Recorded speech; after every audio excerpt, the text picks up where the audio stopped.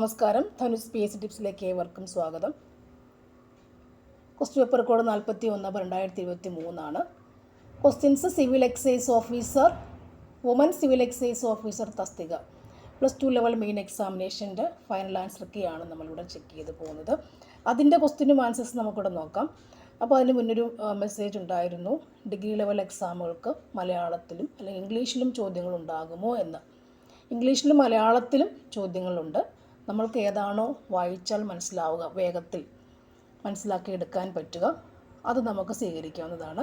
ഇപ്പോൾ English medium പഠിച്ച കുട്ടികളാണെങ്കിൽ, ഫസ്റ്റ് അപ്പിയർ ചെയ്യുന്നവരാണെങ്കിൽ, എക്സാം ഫസ്റ്റ് അപ്പിയർ ചെയ്തവരാണെങ്കിൽ, അവർക്ക് ഇംഗ്ലീഷ് മീഡിയത്തിൽ പഠിച്ചവർക്ക് ഇംഗ്ലീഷ് ആയിരിക്കും ഏറ്റവും കൂടുതൽ അനുയോജ്യമായിരിക്കുക.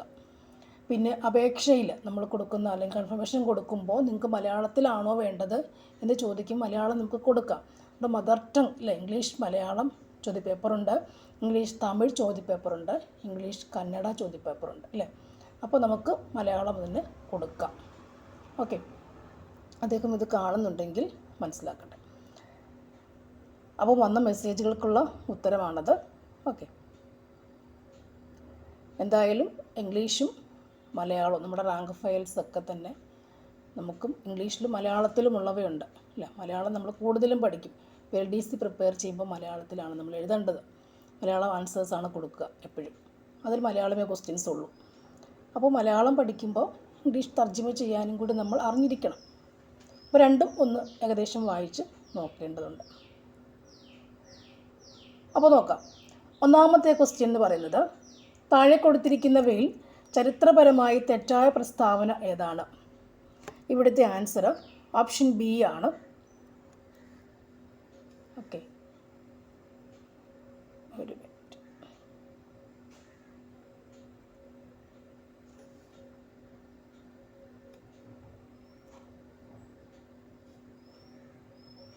ഓപ്ഷൻ ബി ആണ് ഇവിടുത്തെ ആൻസർ.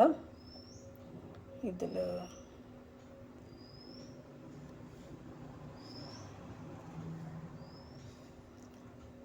അടുത്തത്. അപ്പോൾ ശരി സംഭവങ്ങൾ നമുക്കൊന്ന് വായിച്ച് നോക്കാം എന്നുള്ളതാണ്. കുറച്ച് സമയം എൻ്റെ പോയി.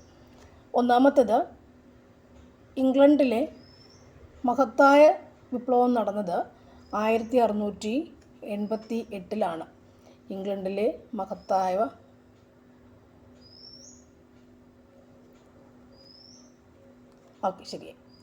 ഇംഗ്ലണ്ടിലെ മഹത്തായ വിപ്ലവം നടന്നത് 1688 നടന്നത് 1688. ഓക്കെ,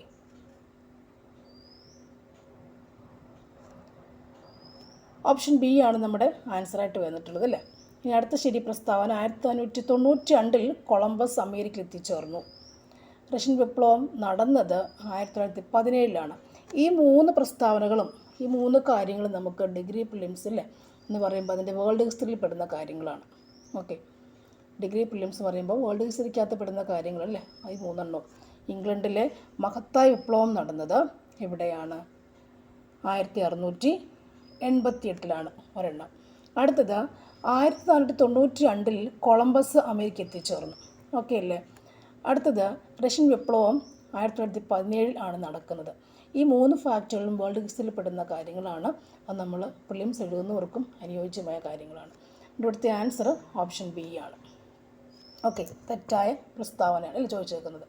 അപ്പോൾ ആ ക്വസ്റ്റ്യൻസ് കഴിഞ്ഞു. ഓക്കെ അല്ലേ. അടുത്തത്, ഫ്രഞ്ച് ഈസ്റ്റ് ഇന്ത്യ കമ്പനി സ്ഥാപിക്കപ്പെടുമ്പോൾ ആരായിരുന്നു ഫ്രാൻസിൻ്റെ ഭരണാധികാരി? ഫ്രഞ്ച് ഈസ്റ്റ് ഇന്ത്യ കമ്പനി സ്ഥാപിക്കപ്പെടുമ്പോൾ ആരായിരുന്നു ഫ്രാൻസിലെ ഭരണാധികാരി? Answer Louis 14. ലൂയി 14 ഫ്രാൻസിൻ്റെ ഭരണാധികാരി. ലൂയി 14 ഫ്രാൻസിൻ്റെ ഭരണാധികാരി. ഫ്രഞ്ച് ഈസ്റ്റ് ഇന്ത്യ കമ്പനി സ്ഥാപിക്കപ്പെടുമ്പോൾ ഫ്രാൻസിലെ ഭരണാധികാരി ആരായിരുന്നു? ലൂയി 14. ഓക്കെ, താഴെ പറയുന്നവയിൽ ഹാരപ്പൻ സംസ്കാരവുമായി ബന്ധപ്പെട്ട് തെറ്റായ പ്രസ്താവന ഏതൊക്കെയാണ്? ഹാരപ്പൻ സംസ്കാരവും ബന്ധപ്പെട്ട് തെറ്റായ പ്രസ്താവനകൾ ഏതൊക്കെയാണ്? തെറ്റായ പ്രസ്താവന ഏതാണെന്ന് പറയാം. ആൻസർ ഇത് ഒന്നാമത്തേതാണ്, തെറ്റായ പ്രസ്താവന. ഓക്കെ, അപ്പോൾ ഹാരപ്പൻ സംസ്കാരവുമായി ബന്ധപ്പെട്ട് ശരികൾ നമുക്ക് നോക്കാം. ഹാരപ്പൻ ജനത മാതൃദൈവത്തെ ആരാധിച്ചിരുന്നു. ഹാരപ്പൻ ജനത മാതൃദൈവത്തെ ആരാധിച്ചിരുന്നു. ഓക്കെ, ഹാരപ്പൻ ജനത മാതൃദൈവത്തെ ആരാധിച്ചിരുന്നു. ഹാരപ്പൻ ജനത ശുചിത്വത്തിന് പ്രാധാന്യം കൊടുത്തിരുന്നു. അല്ലെ, വൃത്തി ഉണ്ടായിരിക്കണം. ഹാരപ്പൻ ജനത വിദേശ രാജ്യങ്ങളുമായി വ്യാപാര ബന്ധത്തിൽ ഏർപ്പെട്ടിരുന്നു. ഓക്കെ, അപ്പോൾ ഈ 3 ഫാക്റ്റുകളും ശരിയായ ഫാക്റ്റ്. ഹാരപ്പൻ ജനത മാതൃദൈവത്തെ ആരാധിച്ചിരുന്നു, ശുചിത്വമായിരുന്നു അവർക്ക് പ്രാധാന്യമുണ്ടായിരുന്നത്, വിദേശ രാജ്യങ്ങളുമായി വ്യാപാര ബന്ധത്തിൽ അവർ ഏർപ്പെട്ടിരുന്നു. ഇങ്ങനെ 3 ഫാക്റ്റുകൾ നമുക്ക് ഹാരപ്പൻ സംസ്കാരവുമായി ബന്ധപ്പെട്ടതാണ്. അല്ലേ? അടുത്ത ക്വസ്റ്റ്യൻ, താഴെ കൊടുത്തിരിക്കുന്ന സംഭവങ്ങൾ കാലഗണന അനുസരിച്ച് ക്രമീകരിച്ച് നൽകിയിരിക്കുന്ന കോഡുകളിൽ നിന്നും ശരിയായ ഉത്തരം കണ്ടെത്തുക. ഇവിടെ നമ്മൾ വർഷം അറിയേണ്ടതായുണ്ടല്ലേ. നമ്മുടെ ഇവിടുത്തെ ആൻസർ ഇതാണ്. കാലഗണന അനുസരിച്ചിട്ട് ആൻസർ ഓപ്ഷൻ സി ആണ്. ആൻസർ ഓപ്ഷൻ സി ആണ്. അതായത് 4ാമത്തതാണ് ചമ്പാൽ സത്യാഗ്രഹം. അല്ലേ? വർഷം ഏകദേശം 1917 വർഷം. ഇനി 2ാമത്തത് അടുത്തത് അല്ലേ, ചൗരി ചൗര 22 അല്ലേ, 1922. ദെൻ പിന്നെന്താ പറയുക, പോയി സോറി കേട്ടോ, അഹമ്മദാബാദ് മിൽ സമരം വർഷം അറിയാവുന്നല്ലേ. ഇതാണ് ഇത് 1917 2 അഹമ്മദാബാദ് മിൽ സമരം 1918 അല്ലേ. അടുത്തത് 3ാമത്തത് ചൗരി ചൗര സംഭവം 1922. നെക്സ്റ്റ് ലാഹോർ സമ്മേളനം. ഓക്കെ, കോൺഗ്രസിൻ്റെ ലാഹോർ സമ്മേളനം. അപ്പോൾ കാലഗണന അനുസരിച്ച് ക്രമീകരിക്കാൻ പറയുമ്പോൾ അതിൻ്റെ വർഷം അറിഞ്ഞിരിക്കണം എന്നുള്ളതാണ്. വർഷം അറിഞ്ഞിരിക്കണം. കാലഗണന അനുസരിച്ച് ക്രമീകരിക്കുമ്പോൾ വർഷം പഠിച്ചേ പറ്റുകയുള്ളൂ. അടുത്ത ക്വസ്റ്റ്യൻ, ചുവടെ കൊടുത്തിരിക്കുന്നവയിൽ ശ്രീനാരായണ ഗുരുവിൻ്റേതല്ലാത്ത കൃതി ഏതാണ്? ശ്രീനാരായണ ഗുരുവിൻ്റേതല്ലാത്ത കൃതി ഏതാണ്? അഖിലത്തിരുട്ട്. അല്ലാത്ത കൃതി അഖിലത്തിരുട്ടാണ് അല്ലേ. അപ്പോൾ ആയ കൃതികൾ ഏതൊക്കെയാണ്? 1 ജാതി മീമാംസ, അടുത്തത് ആത്മോപദേശ ശതകം, ദർശനമാല അല്ലേ. ശ്രീനാരായണ ഗുരുവിൻ്റെ കൃതികളാണ് ജാതി മീമാംസ, ആത്മോപദേശ ശതകം, അതുപോലെ ദർശനമാല. ചോദ്യം ഒന്നുകൂടി, ചൂടെ കൊടുത്തിരിക്കുന്നവയിൽ ശ്രീനാരായണ ഗുരുവിൻ്റെതല്ലാത്ത കൃതി ഏതാണ്? അഖിലത്തിരുട്ടാണ്. ഓക്കെ, അടുത്ത ക്വസ്റ്റ്യൻ, ഓപ്പറേഷൻ ഗംഗ ഏത് ദൗത്യവുമായി ബന്ധപ്പെട്ടതാണ്? ഓപ്പറേഷൻ ഗംഗ ഏത് ദൗത്യവുമായി ബന്ധപ്പെട്ടതാണ്? ആൻസർ ഓപ്ഷൻ ബി ആണ്. ഉക്രൈനിൽ നിന്ന് ഇന്ത്യക്കാരെ ഒഴിപ്പിക്കാൻ ആരംഭിച്ച ദൗത്യമാണ് ഓപ്പറേഷൻ ഗംഗ. ഉക്രൈനിൽ നിന്ന് ഇന്ത്യക്കാരെ ഒഴിപ്പിക്കാൻ ആരംഭിച്ച ദൗത്യമാണ് ഓപ്പറേഷൻ ഗംഗ. 2 കാല്. ഉക്രൈനിൽ നിന്നും ഇന്ത്യക്കാരെ ഒഴിപ്പിക്കാൻ ആരംഭിച്ച ദൗത്യമാണെന്ത്? ഓപ്പറേഷൻ ഗംഗ. അടുത്ത ചോദ്യം, ഭൂകമ്പ തരംഗങ്ങളുടെ ഉത്ഭവസ്ഥാനം ഏതാണ്? ഭൂകമ്പ തരംഗങ്ങളുടെ ഉത്ഭവസ്ഥാനം ഏതാണ്? ഉത്ഭവസ്ഥാനം. ഭൂകമ്പ തരംഗങ്ങളുടെ ഉത്ഭവസ്ഥാനം ഏതാണ്? ഭൂകമ്പ നാഭിയാണ്. ഭൂകമ്പ നാഭി. അടുത്ത ക്വസ്റ്റ്യൻ, വി രൂപ താഴ്വരകൾ സൃഷ്ടിക്കപ്പെടുന്നത് നദിയുടെ ഏതു ഘട്ടത്തിൽ വെച്ചാണ്? ഇതൊരു SCERT ചോദ്യം അല്ലേ. വി രൂപ താഴ്വരകൾ സൃഷ്ടിക്കപ്പെടുന്നത് നദിയുടെ ഏത് ഘട്ടത്തിൽ വെച്ചാണ്? യുവത്വഘട്ടം. വി രൂപ താഴ്വരകൾ യുവത്വഘട്ടം. താഴെ കൊടുത്തിരിക്കുന്നവയിൽ ഏറ്റവും ദൃഢമായ ധാതു ഏതാണ്? ദൃഢമായ ധാതുവാണ് ഡയമണ്ട് അല്ലേ. കാഠിന്യം കൂടിയ ദൃഢമായ ധാതു ഡയമണ്ടാണ്. അത് കഴിഞ്ഞാൽ മറ്റെന്തോ ഉള്ളൂ, ഡയമണ്ടാണ് ദൃഢമായ ധാതു, ഡയമണ്ട്. നെക്സ്റ്റ് ക്വസ്റ്റ്യനിലേക്ക് പോവാം. ഊഷ്മാവിൻ്റെയും മഴയുടെ അടിസ്ഥാനത്തിൽ കാലാവസ്ഥയെ തരംതിരിച്ച ശാസ്ത്രകാരൻ. ഊഷ്മാവിൻ്റെയും മഴയുടെ അടിസ്ഥാനത്തിൽ കാലാവസ്ഥയെ തരംതിരിച്ച ശാസ്ത്രകാരൻ ഏതാണ്? ആൻസർ കേപ്പൻ. ഓക്കെ, കേപ്പൻ. ചെങ്കുളം ജലവൈദ്യുത പദ്ധതി സ്ഥിതി ചെയ്യുന്ന ജില്ല? ആൻസർ ഓപ്ഷൻ സി, ഇടുക്കി ജില്ല. ചെങ്കുളം ജലവൈദ്യുത പദ്ധതി സ്ഥിതി ചെയ്യുന്ന ജില്ല ഇടുക്കി ജില്ല. MC റോഡിന് സമാന്തരമായി ദേശീയപാത അതോറിറ്റി നിർമ്മിക്കുന്ന പാതയുടെ പേര്. MC റോഡിന് സമാന്തരമായി ദേശീയപാത അതോറിറ്റി നിർമ്മിക്കുന്ന പാതയുടെ പേര്, ആ റോഡിൻ്റെ പേരെന്താണ്? ഗ്രീൻഫീൽഡ്. MC റോഡിന് സമാന്തരമായി ദേശീയപാത അതോറിറ്റി നിർമ്മിക്കുന്ന പാതയുടെ പേരാണ് ഗ്രീൻഫീൽഡ്. നെക്സ്റ്റ് വൺ, സുവർണ വിപ്ലവം ഏതുമായി ബന്ധപ്പെട്ടിരിക്കുന്നു? സുവർണ വിപ്ലവം പഴം പച്ചക്കറികളുടെ ഉൽപാദനം. സുവർണ വിപ്ലവം, സുവർണങ്ങളാൽ, പഴങ്ങൾ വർണ്ണങ്ങളാൽ കാണപ്പെടുന്നില്ലേ? മഞ്ഞയും ചുവപ്പും അല്ലേ? പല കളറിലാണ്, നമുക്ക് ഓറഞ്ച് കളറിലൊക്കെ ഫ്രൂട്ട്സ് ഉണ്ട്, പഴങ്ങളുണ്ട്. അപ്പോൾ സുവർണ, പല വർണ്ണങ്ങളിൽ. സുവർണ മീനിങ് പല വർണ്ണമൊന്നുമല്ല കേട്ടോ, നല്ല വർണ്ണം എന്നൊക്കെ അർത്ഥം. അപ്പോൾ വർണ്ണങ്ങളിലുള്ളത് പഴം പച്ചക്കറികളല്ലേ, പഴം പച്ചക്കറികൾ. ഓക്കെ. മഞ്ഞുകാലത്തെ ആശ്രയിച്ചുള്ള കൃഷി ഏതാണ്? മഞ്ഞുകാലത്തെ ആശ്രയിച്ചുള്ള കൃഷിയാണ് റാബി കൃഷി. മഞ്ഞുകാലത്തെ ആശ്രയിച്ചുള്ള കൃഷിയാണ് റാബി കൃഷി. മഞ്ഞുകാലത്ത് ഇങ്ങനെ അല്ലേ, മഞ്ഞുകാലത്ത് റാബി കൃഷി. അടുത്ത ക്വസ്റ്റ്യൻ, കേരളത്തിലെ ചെറുകിട വ്യവസായ സ്ഥാപനങ്ങളെ വികസിപ്പിക്കാൻ രൂപീകരിച്ച സ്ഥാപനം. കേരളത്തിലെ ചെറുകിട വ്യവസായ സ്ഥാപനങ്ങളെ വികസിപ്പിക്കാൻ രൂപീകരിച്ച സ്ഥാപനം ഏതാണ്? സിഡ്കോയാണ്. സ്മോൾ ഇൻഡസ്ട്രി, ചെറുകിട വ്യവസായം. SIDCO, small industry. ഓക്കെ. ചെറുകിട വ്യവസായ സ്ഥാപനങ്ങളെ വികസിപ്പിക്കാൻ രൂപീകരിച്ച സ്ഥാപനം ആരാണ്? ചെറുകിട, സ്മോൾ അല്ലേ, സിഡ്കോ, സ്മോൾ. ഓക്കെ. നീതി ആയോഗിൻ്റെ ആസ്ഥാനം ഏതാണ്? നമുക്കറിയാം എന്താണത്, ന്യൂഡൽഹിയാണ്. നീതി ആയോഗ് ആസ്ഥാനം ന്യൂഡൽഹി. അടുത്ത ക്വസ്റ്റ്യൻ, 12ാം പഞ്ചവത്സര പദ്ധതിയുടെ ലക്ഷ്യങ്ങൾ എന്തെല്ലാമായിരുന്നു? ലക്ഷ്യങ്ങൾ എന്തായിരുന്നു? 12ാം പഞ്ചവത്സര പദ്ധതി ലക്ഷ്യങ്ങൾ എന്തായിരുന്നു? സുസ്ഥിര വികസനം. 12ാം പഞ്ചവത്സര പദ്ധതി ലക്ഷ്യങ്ങൾ എന്തായിരുന്നു? സുസ്ഥിര വികസനം. ഒരു സ്മോൾ റിവിഷൻ അല്ലേ. 5 ക്വസ്റ്റ്യൻ ഇവിടെ. താഴെ പറയുന്നവയിൽ ഏറ്റവും ദൃഢമായ ധാതു ഏതാണ്? ഡയമണ്ട്. ഊഷ്മാവിൻ്റെയും മഴയുടെ അടിസ്ഥാനത്തിൽ കാലാവസ്ഥയെ തരംതിരിച്ച ശാസ്ത്രകാരൻ ആരായിരുന്നു? കേപ്പൻ. ചെങ്കുളം ജലവൈദ്യുത പദ്ധതി സ്ഥിതി ചെയ്യുന്ന ജില്ല ഏതാണ്? ചെങ്കുളം, ഇടുക്കി. കിട്ടുന്നുണ്ടോ?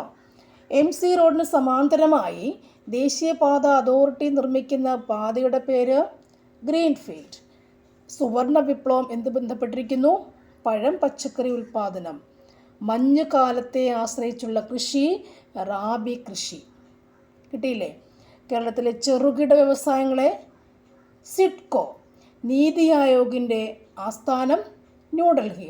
12ാം പഞ്ചവത്സര പദ്ധതിയുടെ ലക്ഷ്യങ്ങൾ ഏതൊക്കെയായിരുന്നു?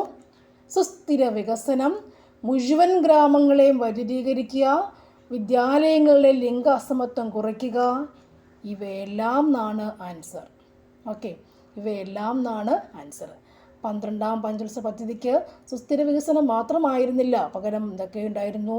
മുഴുവൻ ഗ്രാമങ്ങളെയും വൈദ്യുതീകരിക്കുക, വിദ്യാലയങ്ങളിൽ ലിംഗ അസമത്വം കുറയ്ക്കൽ. ആൺപെൺ ഭേദം വേണ്ട.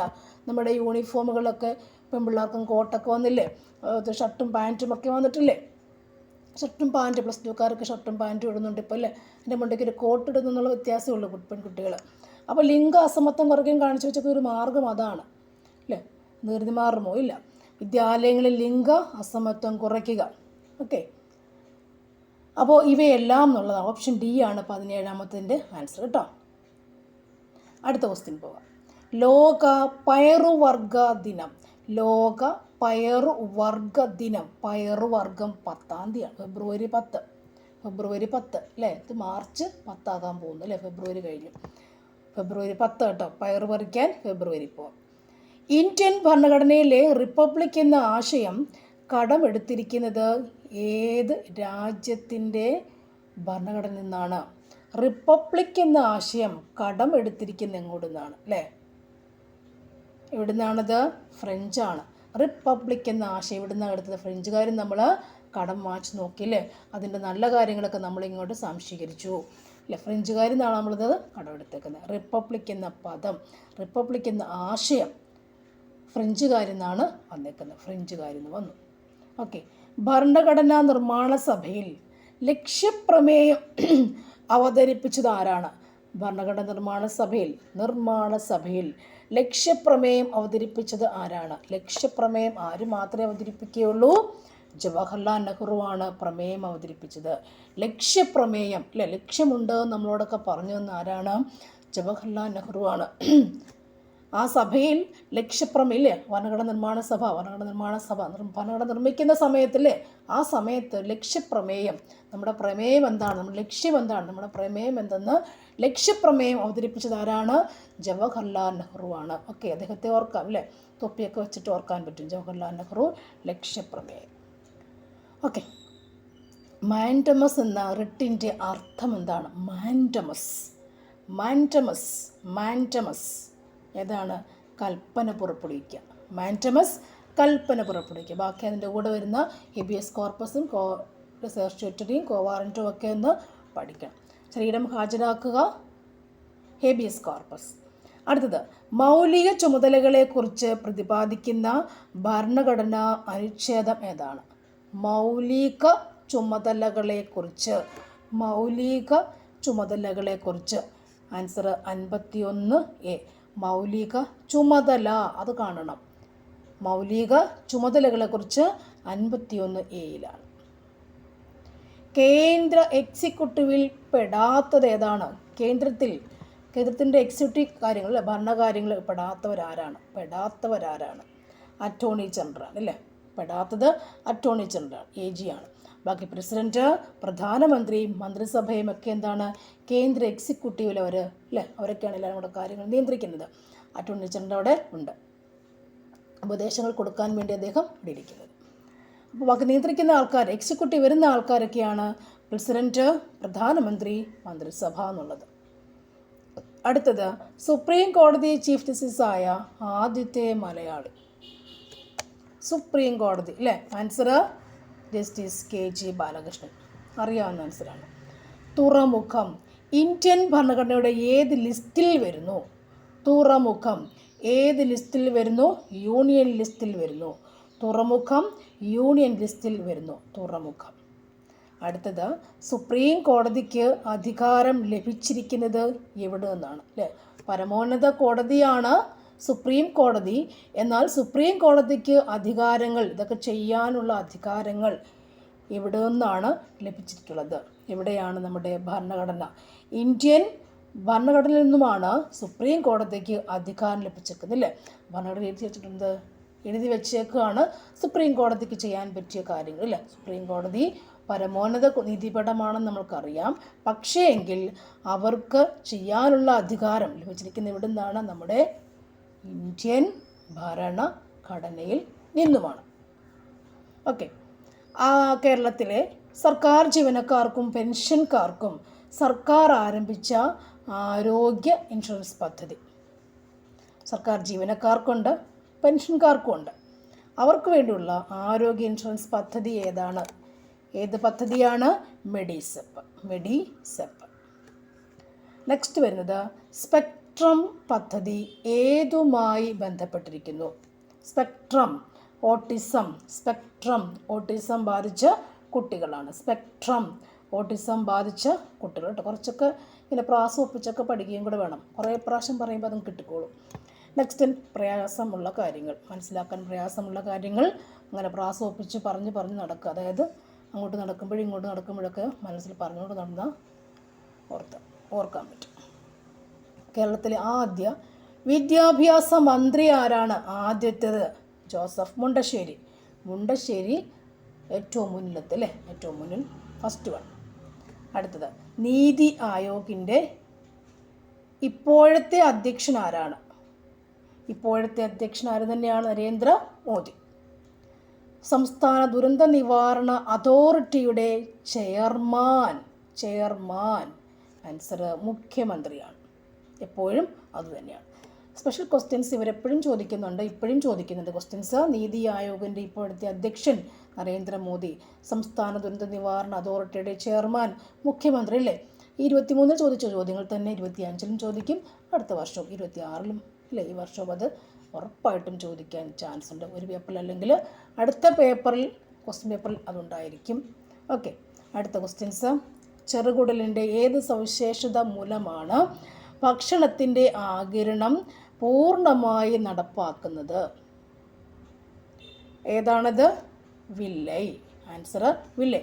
ചെറുകുടലിൻ്റെ ഭിത്തിയിൽ അല്ലേ, ചെറുകുടൽ നമുക്ക് ഇത് ആമാശയമാണെങ്കിൽ അല്ലേ, ആമാശയമാണെങ്കിൽ ഇത് ആമാശയമാണെങ്കിൽ അത് കഴിഞ്ഞ് ചെറുകുടൽ ധാരാളം ഇങ്ങനെ ഉണ്ട് അല്ലേ. അത് കഴിഞ്ഞ് വൻകുടൽ ഈ ഭാഗത്ത് ഇങ്ങനെയുണ്ട് അല്ലേ, വൻകുടലുണ്ട്, റിംഫോമാറ്റിക് അപ്പൻഡിക്സ് ഇവിടെയുണ്ട്, മലാശയം. അപ്പം ചെറുകുടൽ ധാരാളം ഉണ്ട് അല്ലേ, ഒരുപാടുണ്ട് അല്ലേ. ചെറുകുടലിൽ വെച്ചാണ് ആഹാരം നമുക്ക് പൂർണ്ണമായി ദഹിച്ചു മാറ്റപ്പെടുന്നത് അല്ലേ. അവിടെ നിന്നാണ് ദഹനം കഴിയുമ്പോൾ, അതായത് ആഹാരം എന്ന് പറയുമ്പോൾ നമ്മൾ കഴിക്കുന്ന ഗ്ലൂക്കോസ് അല്ലേ, നമ്മൾ കഴിക്കുന്ന ഫുഡായിട്ടുള്ള ചോറ്, സ്റ്റാർച്ച് എന്തായിട്ട് മാറും? അത് അവസാനം ഗ്ലൂക്കോസ് അല്ലേ, സ്റ്റാർച്ച് അല്ലെങ്കിൽ നമ്മുടെ അന്നജം ഗ്ലൂക്കോസായിട്ട് മാറും. സ്റ്റാർച്ചല്ലേ അന്നജം ഗ്ലൂക്കോസായിട്ട് മാറും. കഴിക്കുന്ന മാംസ്യം, ഇറച്ചിയൊക്കെ എന്തായിട്ട് മാറും? പ്രോട്ടീൻസ് എന്തായിട്ട് മാറുന്നു? അമിനോ ആസിഡുകൾ, അമിനോ ആസിഡ് അല്ലേ, അമിനോ ആസിഡുകളായിട്ട് മാറുന്നു. അതുപോലെ തന്നെ അല്ലേ കൊഴുപ്പുകൾ, ഫാറ്റി ആസിഡും ഗ്ലിസറോളുമായിട്ട് മാറുന്നു. ഇതെല്ലാം ഫൈനലൈസ് ചെയ്ത് അവസാനം എങ്ങോട്ടാണ് ദഹിക്കപ്പെടുക? നമ്മുടെ അല്ലെ ആഗിരണം ചെയ്യപ്പെടുക, സാംശീകരിക്കുക എങ്ങോട്ടാണ് പോകുന്നത്? നമ്മുടെ ചെറുകുടലിനകത്തുള്ള അല്ലേ വില്ലെ, ചെറുകുടലിൻ്റെ ഭിത്തിയിൽ ധാരാളം എന്താ പറയുക, വിരലിൻ്റെ ആകൃതിയിലുള്ള ഫിംഗർ ലൈക്ക് പ്രൊജക്ഷൻസ്, വിരലിൻ്റെ ആകൃതിയിലുള്ള കോശങ്ങളുണ്ട് അല്ലേ, അതെന്താണ് വില്ലെ എന്ന് പറയും. അതിൽ വില്ലെ എന്ന് പറയുമ്പോൾ ഇങ്ങനെ ഇരിക്കില്ല, അതിൻ്റെ പുറത്തുകൂടി രക്തക്കുഴലുകൾ പോകുന്നുണ്ട്, ലസികാഗ്രന്ഥികൾ പോകുന്നുണ്ട് അല്ലേ. അപ്പം ഇതിലേക്ക് രക്തക്കുഴലിലേക്കാണ് എന്ത് ചെയ്യപ്പെടുക? ഈ കഴിക്കുന്ന നമ്മുടെ പ്രോട്ടീൻ, ഗ്ലൂക്കോസും അമിനോ ആസിഡ്സും ഒക്കെ ഈ രക്തക്കുഴലിലേക്കാണ് പോകപ്പെടുക അല്ലേ, രക്തക്കുഴലിലേക്കാണ് അതെല്ലാം പോകുന്നത്. ഇതെല്ലാം രക്തക്കുഴലിലേക്കായിരിക്കും പോവുക. അതുവഴിയാണ് എന്ത് ചെയ്യുക? ശരീരത്തിൻ്റെ എല്ലാ ഭാഗത്തേക്കും എത്തിക്കുക. അപ്പം ചെറുകുടലിൻ്റെ ഭിത്തിയിൽ, ചെറുകുടലിൻ്റെ കുഴൽ പോലെ ഇരിക്കുന്ന അതിനകത്തെ ഭിത്തിയിൽ ധാരാളം എന്താ പറയുക, ഇതുപോലത്തെയുള്ള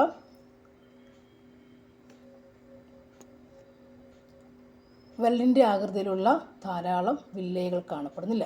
അതാണ് എന്ത് ചെയ്യുക?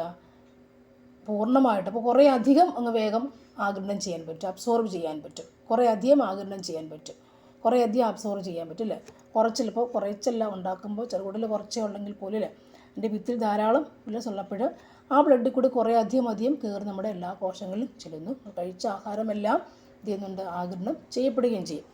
അപ്പോൾ അതിൻ്റെ കൂടെ തന്നെ നമ്മൾ ചെറുകുടലിൽ വെച്ചാണ് എന്ത് ചെയ്യപ്പെടുക?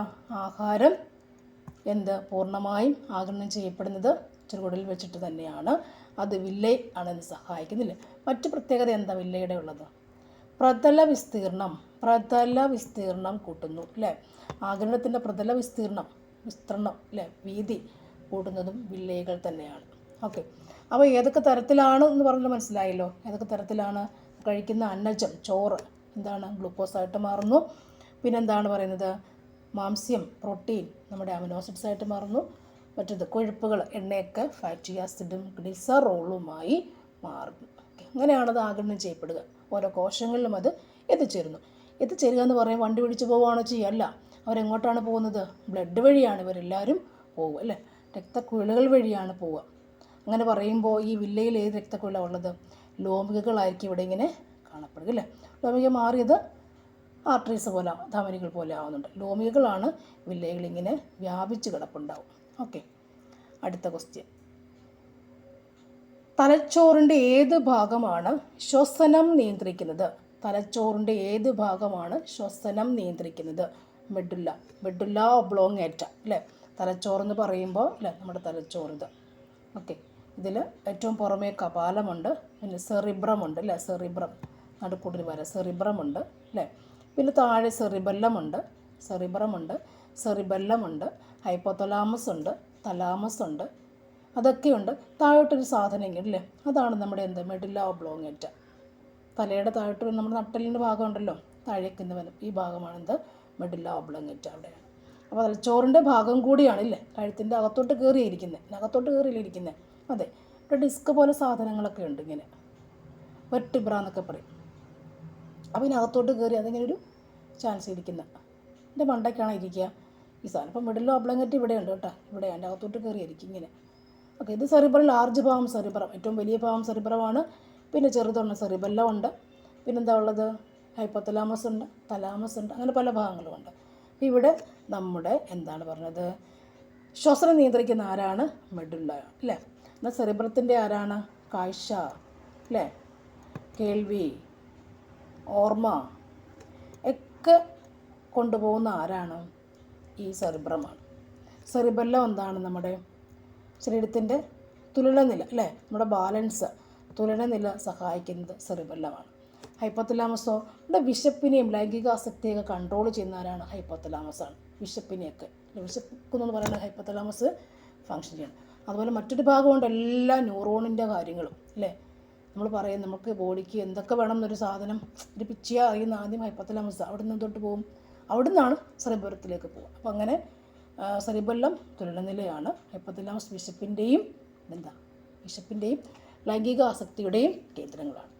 അപ്പോൾ ഒന്നുകൂടി, കാഴ്ച, കേൾവി, ഓർമ്മയൊക്കെ സെറിബ്രമാണ്, സെറിബെല്ലം തുലനനിലയാണ്, മെഡുല്ല എൻ്റെ ശ്വസനത്തെ നിയന്ത്രിക്കുന്നു, ഹൈപ്പോതലാമസ് വിശപ്പ്, ലൈംഗികാസക്തിയെ കൺട്രോൾ ചെയ്യുന്നു. അടുത്തത്, രക്തം കട്ടപിടിക്കുവാൻ സഹായിക്കുന്ന ധാതു ഏതാണ്? രക്തം കട്ടപിടിക്കുവാൻ സഹായിക്കുന്ന ധാതു ഏതാണ്?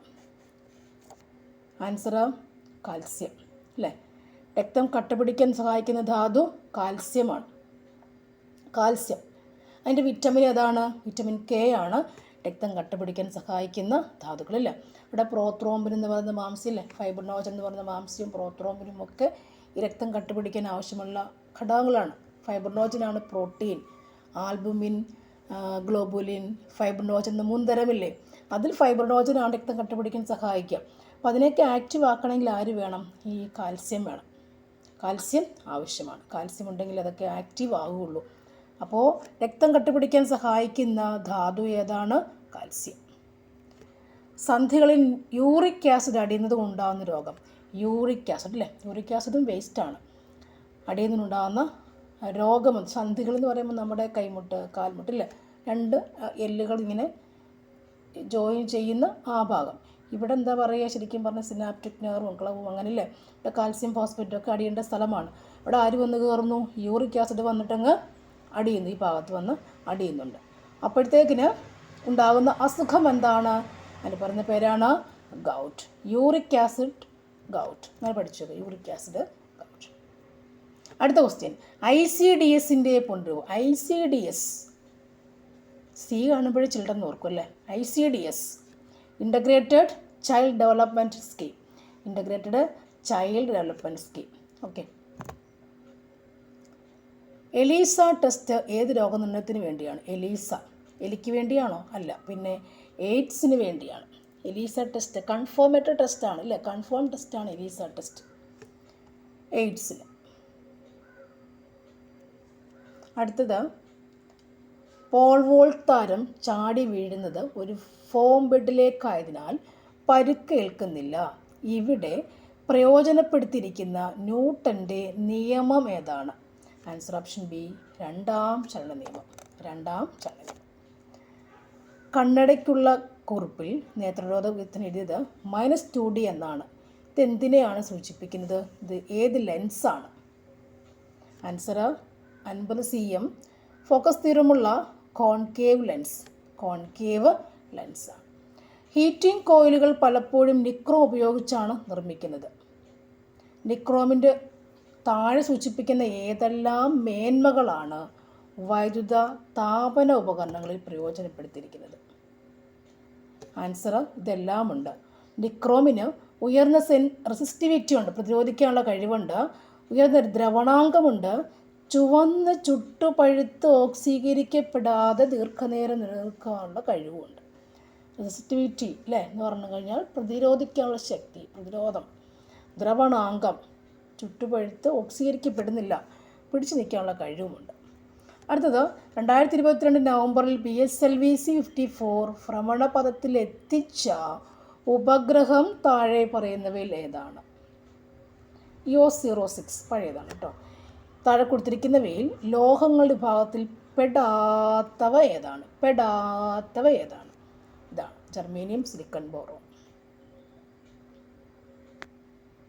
അടുത്തത്, സബ്ഷെൽ ഇലക്ട്രോൺ വിന്യാസം എഴുതുമ്പോൾ സബ്ഷെല്ലുകളുടെ ഇടതുവശത്ത് ചേർക്കുന്ന സംഖ്യ താഴെ കൊടുത്തിരിക്കുന്നവയിൽ ഏതാണ്? അല്ലേ, സബ്ഷെൽ ഇങ്ങനെ H11 ഇതിലൊക്കെ ചേർക്കാറുണ്ട്. അപ്പോൾ താഴെ കൊടുത്തിരിക്കുന്ന സംഖ്യ ഇടതുവശത്ത് താഴെ, സബ്ഷെൽ ഇടതുവശത്ത് താഴെ ചേർക്കുന്ന സംഖ്യ എന്തിനെയാണ് സൂചിപ്പിക്കുക? എന്തിനെയാണ്? ഷെൽ നമ്പറാണോ? ഷെൽ നമ്പറിനെയാണ് ഷെൽ നമ്പർ, സബ്ഷെല്ലുകളുടെ സെൽ നമ്പർ. ചോദ്യം തെറ്റരുത്. താഴെ കൊടുത്തിരിക്കുന്നവയിൽ ലോഹസങ്കരമായ അൾനിക്കോയിൽ അടങ്ങിയിട്ടില്ലാത്ത മൂലകം ഏതാണ്? ക്രോമിയം, അൾനിക്കോയിൽ. ഓക്കെ. ബോക്സൈറ്റിൻ്റെ സാന്ദ്രണത്തിന് ഉപയോഗിക്കുന്ന മാർഗം ഏതാണ്? ലീച്ചിങ്. ബോക്സൈറ്റ് എന്ന് പറയുമ്പോൾ അലൂമിനിയത്തിൻ്റെ അയിരാണ് ബോക്സൈറ്റ് അല്ലേ. അതിൻ്റെ സാന്ദ്രണത്തിൽ ഉപയോഗിക്കുന്ന മാർഗം എന്താണ്? ലീച്ചിങ്. നെക്സ്റ്റ് വരുന്നത്, ഉയിരിൻ കൊല കൊടുക്കാവും കയറിനെ ഉഴിഞ്ഞാലാക്കി തീർക്കാൻ കഴിഞ്ഞതല്ലേ ജയ്. ഈ വരിയുടെ രചയിതാവ് ആരാണ്? രചയിതാവ് എന്ന് പറയുമ്പോൾ ആൻസർ വൈലോപ്പള്ളി ശ്രീധരമേനോൻ. തന്നിരിക്കുന്നവയിൽ ശരിയായ ജോഡികൾ ഏതൊക്കെയാണ്? ആൻസർ ഓപ്ഷൻ സി 2ഉം 4ഉമാണ്. ശരിയായ ജോഡികൾ പാവക്കുട്ടി ഗ്രേസി, എൻ്റെ വഴിയമ്പലങ്ങൾ എസ് കെ പൊറ്റക്കാട്. എൻ്റെ വഴിയമ്പലങ്ങൾ എസ് കെ പൊറ്റക്കാട് എന്നുള്ള അറിയാത്ത ആരെങ്കിലും ഉണ്ടോ? എൻ്റെ വഴിയമ്പലങ്ങൾ എസ് കെ പൊറ്റക്കാട് അറിഞ്ഞിരിക്കണം, അറിയാം. മഞ്ജു തരം ഏത് സാഹിത്യ വിഭാഗത്തിൽപ്പെടുന്നു? മഞ്ജു തരം ആത്മകഥയാണ്. മഞ്ജു തരം. തന്നിരിക്കുന്ന ചിത്രങ്ങളിൽ സാൽവദോർ ദാലിയുടെ രചന അല്ലാത്തത് ഏതാണ്? Answer option B the creation of Adam. ഈ മലയാളം സെക്ഷൻ കൂടെ പഠിച്ചില്ലെങ്കിൽ ഒരു രക്ഷയുമില്ല. ഓക്കെ. അപ്പോൾ ദ ക്രിയേഷൻ ഓഫ് ആദമാണ് സാൽവദോർ ദാലി രചന. അടുത്ത ബഷീർ പുരസ്കാരം ലഭിച്ച കൃതി ഏതാണ്? 2022 നൃത്തം ചെയ്യുന്ന കുടകൾ. ഓക്കെ. ഏകദേശം 50 ചോദ്യമായിട്ടുണ്ട്. ഇനിയും ഉള്ളത് നമുക്ക് എന്താണെന്നറിയോ? മാത്സ് ക്വസ്റ്റ്യൻസ് ആണ്. നിങ്ങൾക്ക് ഇതിൻ്റെ നെക്സ്റ്റ് ദിവസം മലയാളവും അതുപോലെ എടുക്കാം. Okay. Thank you for watching.